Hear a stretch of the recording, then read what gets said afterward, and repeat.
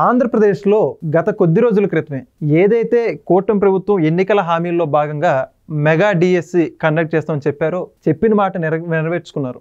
Mega DSC నిర్వహించి ఎవరైతే ఎన్నికైన అభ్యర్థులు ఉన్నారో వాళ్ళందరికీ కూడా స్వయంగా ముఖ్యమంత్రి చంద్రబాబు నాయుడు గారు, విద్యాశాఖ మంత్రి నారా లోకేష్ గారు వాళ్ళ చేతుల మీదుగా నియామక పత్రాలు అందించడం జరిగింది. అయితే ఇవన్నీ కూడా చాలదన్నట్టు నిరుద్యోగులకి మరో గుడ్ న్యూస్ ప్రకటించారు. అప్పుడే ఎవరైతే ఇప్పుడు డిఎస్సిలో సెలెక్ట్ కాలేదో వాళ్ళందరికీ కూడా ప్రతి సంవత్సరం డిఎస్సి నిర్వహించి తీరుతామని చెప్పడం జరిగింది. అయితే దానికి సంబంధించి తాజాగా నారా లోకేష్ గారు మాట్లాడుతూ జనవరిలో మరో డిఎస్సి నిర్వహించబోతున్నట్టుగా ప్రకటించడం జరిగింది. మరి మొత్తానికి ఇదే అంశానికి సంబంధించి పూర్తి విషయాలు తెలుసుకోవడానికి మనతో ఉన్నారు ప్రముఖ రాజకీయ విశ్లేషకులు రాయేష్ అఫ్సాని గారు. సార్ నమస్కారం అండి. నమస్కారం సార్, ఇప్పటికే కూటమి ప్రభుత్వం ఎన్నికల హామీలో భాగంగా చాలా కీలకమైన హామీ ఆంధ్రప్రదేశ్ యువతకి 20 లక్షల ఉద్యోగాల కల్పన అని చెప్పేసి హామీ ఇవ్వడం జరిగింది.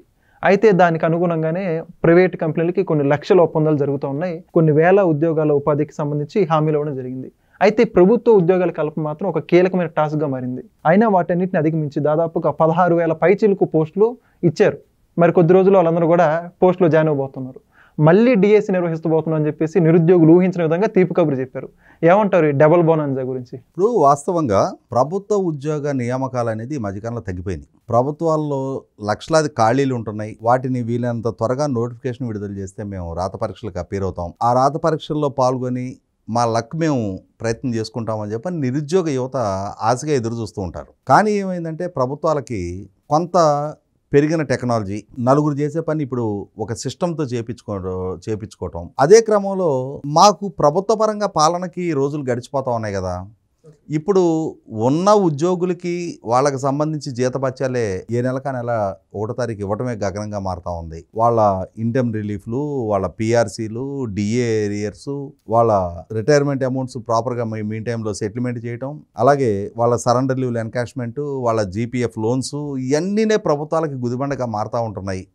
ఇంకా మళ్ళీ కొత్తగా నియామకాలు ఎందుకు, కొత్తగా మళ్ళీ ఈ బరువు బాధ్యతలు పెంచుకోవటం ఎందుకు అన్న ఆలోచన ధోరణి ప్రభుత్వాల్లో ప్రబలిపోయింది. దాని పర్యవసానం ఏమైపోయిందంటే యువత కూడా ప్రత్యామ్నాయ ఉపాధి ఎత్తుక్కోవటమే తప్ప ప్రభుత్వ ఉద్యోగాలు పెద్దగా మనకి దక్కే ఆస్కారం లేదు అని ఒక రకంగా ప్రభుత్వ ఉద్యోగాల పట్ల కొంత ఆసక్తి కూడా తగ్గిపోతూ ఉంది. అయినా సరే ఇవాళ కొన్ని రంగాల్లో నియామకాలు తప్పనిసరిగా జరిగి తీరాలి. ప్రధానంగా విద్యారంగం, నేటి బాలలని రేపటి పౌరులుగా తీర్చిదిద్దాల్సిన విద్యా వ్యవస్థ, ఉపాధ్యాయ నియామకాలు సక్రమంగా సకాలంలో కనుక టేకప్ చేయకపోతే ఒకే ఉపాధ్యాయుడు 1వ తరగతి నుంచి 5వ తరగతి వరకు ఆయనే పర్యవేక్షించాలి. మిగిలిన ఏ క్లాస్కి ఆ క్లాస్కు ఒక క్లాసు టీచర్ ఉండే పరిస్థితి నుంచి వాళ్ళ టైంకి నియామకాలు చేపట్టకపోవడంతో ఈ క్లాసులన్నీ కలిపి ఒకే దగ్గర కూర్చోబెట్టడం, దాంతో ఉపాధ్యాయుడికి అందరి పిల్లల మీద ఉండే ఫోకస్ వేరుగా ఉంటుంది. తనకొక క్లాసు కేటాయిస్తే ఫోకస్డ్గా ఆయన చదువు చెప్పడం వేరుగా ఉంటుంది. సో ఈ క్రమంలోనే ప్రభుత్వ ప్రాధాన్యతలు నిర్దేశించుకునే విషయంలో ఉపాధ్యాయ నియామకాల విషయంలో ప్రభుత్వాలు బోల్డ్గా డెసిషన్ తీసుకోవాలి. కానీ చూసాం మనం జగన్మోహన్ రెడ్డి గారు 2019-24 5 సంవత్సరాల టెన్యూర్లో not even a single DSC, ఒక్క డిఎస్సి నిర్వహణ చేయాల, ఒక్క ఉపాధ్యాయుడిని చేపట్ల. ఆయన 2019 ఎన్నికలకు ముందు చాలా ఆర్భాటపు ప్రచారం చేసుకున్నాడు, మెగా డిఎస్సి కండక్ట్ చేస్తా అని చెప్పని.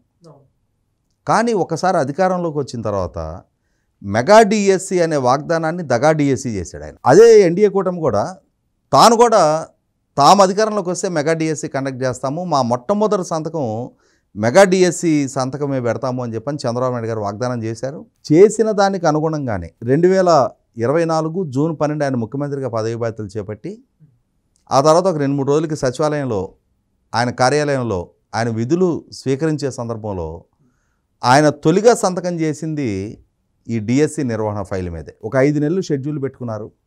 ఆ షెడ్యూల్లో డిఎస్సి నోటిఫికేషన్ విడుదల చేశారు, రాత పరీక్షలు కంప్లీట్ చేశారు, వాల్యుయేషన్ పూర్తి చేశారు, రిజల్ట్ ప్రకటించారు, మెరిట్ లిస్టు అనౌన్స్ చేశారు, నియామక పత్రాలు ఇచ్చేశారు. వాళ్ళని ట్రైనింగ్ పూర్తి చేసి ఉపాధ్యాయులుగా వాళ్ళ విధులు వాళ్ళకి కేటాయింపు చేయబోతా ఉన్నారు. అంటే ఈ 5 నెలల్లో 16,347 ఉపాధ్యాయ నియామకాల కోసం నిర్ణయం తీసుకుంటే అందులో 15,941 మందినే రిక్రూట్ చేయగలిగారు.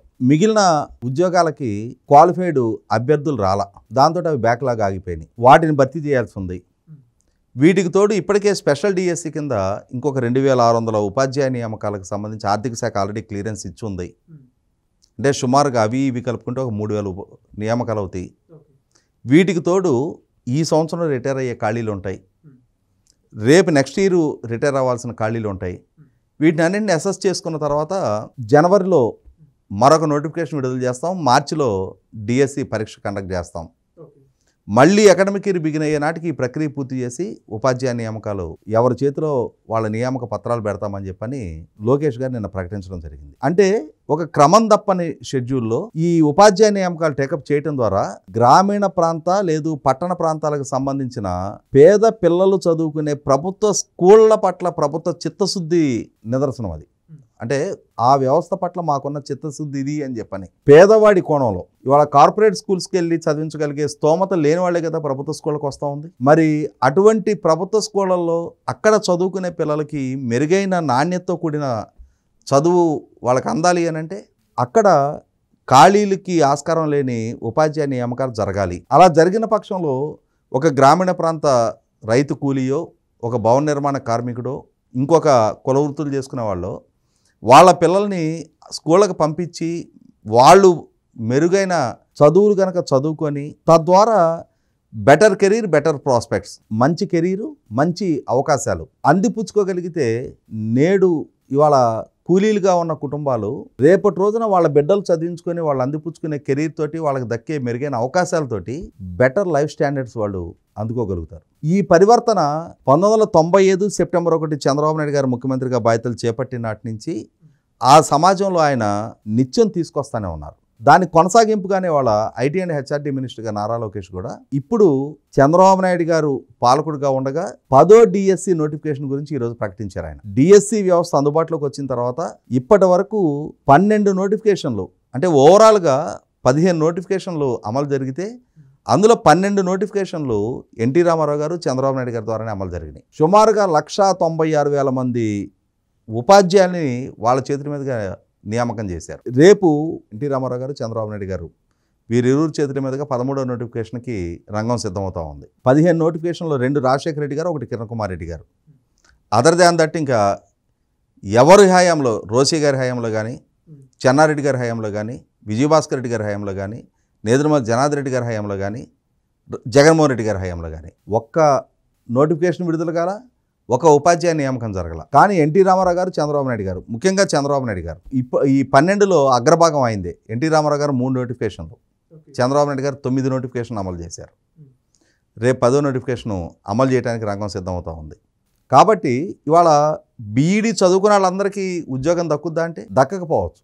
రాత పరీక్షల్లో మెరిట్ లిస్టు బేస్ చేసుకొని నియామకాలు జరుగుతాయి. పైరివీలకి, లంచాలకి, రికమెండేషన్లకు ఆస్కారం లేకుండా మెరిటోరియస్ బేసిస్లో చాలా ట్రాన్స్పరెంట్గా ఆ పరీక్షల నిర్వహణ జరుగుతూ ఉంది. ఆ నియామక ప్రక్రియ కూడా అలాగే జరుగుతూ ఉంది. ఆఖరికి ఉపాధ్యాయుల ట్రాన్స్ఫర్లు కూడా కౌన్సిలింగ్ బేసిస్లోనే జరుగుతూ ఉన్నాయి. అటువంటి స్థితిలో ఇవాళ మరొక డిఎస్సి నోటిఫికేషన్కి రంగం సిద్ధం చేయడం ద్వారా ప్రతి సంవత్సరము ఆ ఏటి ఖాళీలు ఆ ఏడే భర్తీ చేస్తామని చెప్పిన వాగ్దానాన్ని నిలబెట్టుకుంటూ IT and HRD minister Lokesh గారు చేసిన ప్రకటన నిరుద్యోగ యువతలో ఆశలు రేకెత్తిస్తుంది. నిన్నటి డిఎస్సిలో అవకాశాలు దక్కించుకోలేకపోయిన వాళ్ళు ఇక్కడి నుంచి కష్టపడి రేపటి డిఎస్సిలో అవకాశాలు దక్కించుకోవటానికి ఒక సెక్యూర్డ్ జాబు ఒక కుటుంబంలో ఒక వ్యక్తికి దక్కించుకోగలిగితే ఆ కుటుంబ స్థితిగతులే మారతాయి. ఆ ఉద్యోగం దక్కించుకున్న యువకుడు తన జీవితకాలంలో కొన్ని వేల మంది పిల్లలకి విద్యాబుద్ధులు చెప్పడం ద్వారా వాళ్ళని మెరుగైన పౌరులుగా తీర్చిదిద్దడం ద్వారా సమాజ నిర్మాణంలో తన వంతు భూమిక తను పోషిస్తూ ఉంటాడు. కాబట్టి నేటి బాలలని రేపటి పౌరులుగా తీర్చిదిద్దే ఉపాధ్యాయ నియామకాల ద్వారా రేపటి సమాజ నిర్మాణానికి లోకేష్ గారు నేడు ఆయన ఆ పునాదులు తీస్తూ ఉన్నాడు అనేది వాస్తవం. Thank you sir. Please subscribe to Leo news for more videos.